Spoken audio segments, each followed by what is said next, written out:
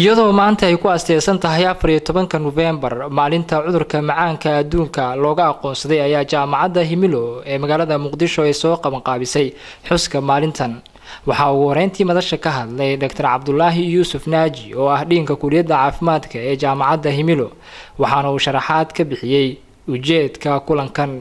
Dr. Xasan Jimcaale Maxamuud oo isagana dhankiisa ka hadlay kulanka ayaa sharaxaad kooban ka bixiyay cudurka macaanka iyo sida loola tacaalo. cudurka non-communicable disease-ka oo ay kamid yihiin diabetes-ka, hypertension-ka, ischemic heart disease-ka, cuduradaas badan. So inta badan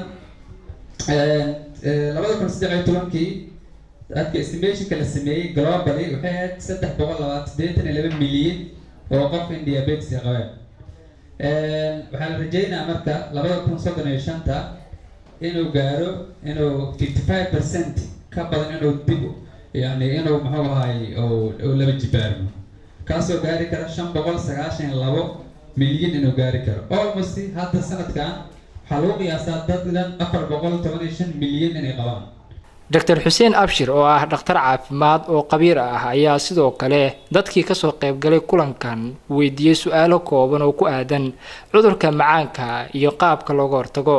haddana dabada ku soo tuuray wariye aad iyo aad u caqli badan waxaan weydiiyey waxayna idaacadee u shaqeysaa.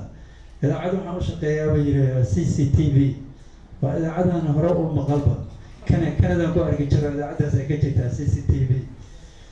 marka aad ku soo tuuray World Diabetes Day, November 14. Why did we have to designate this special day for diabetes mellitus? Why?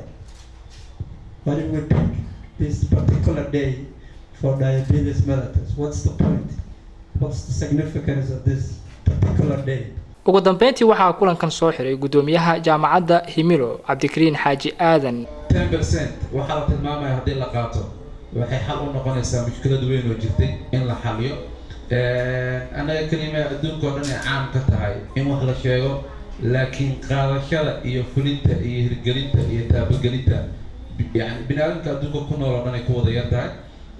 gaar ahaan Afrika dadka ku nool oo annaga weliba Soomaaliya aan ka siinaa aad inoogu yar tahay.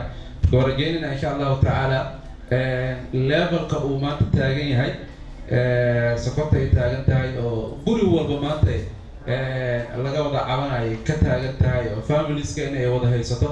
sloganka sanadkan WHO ay siisay slogan fiican ay tahay oo macaankii iyo family ama qoyskii la leeyahay maaragtay qoyska ha ka timaado dhiirigelinta iyo wacyigelinta iyo la tacaalida ama cuntaha ahaato ama tilmaamidii exercise-kii iyo maaragtay hadda loo sheegay ha ahaadaan. marka si guud ahaan waa isku hambalyeelaynaa waana isku maaragtay mahadcelinaynaa. 14 November maalintan iyada ah waxa ay WHO u asteesay maalinta cudurka macaanka adduunka. Cabdullaahi Gacmo, Som News TV, Muqdisho.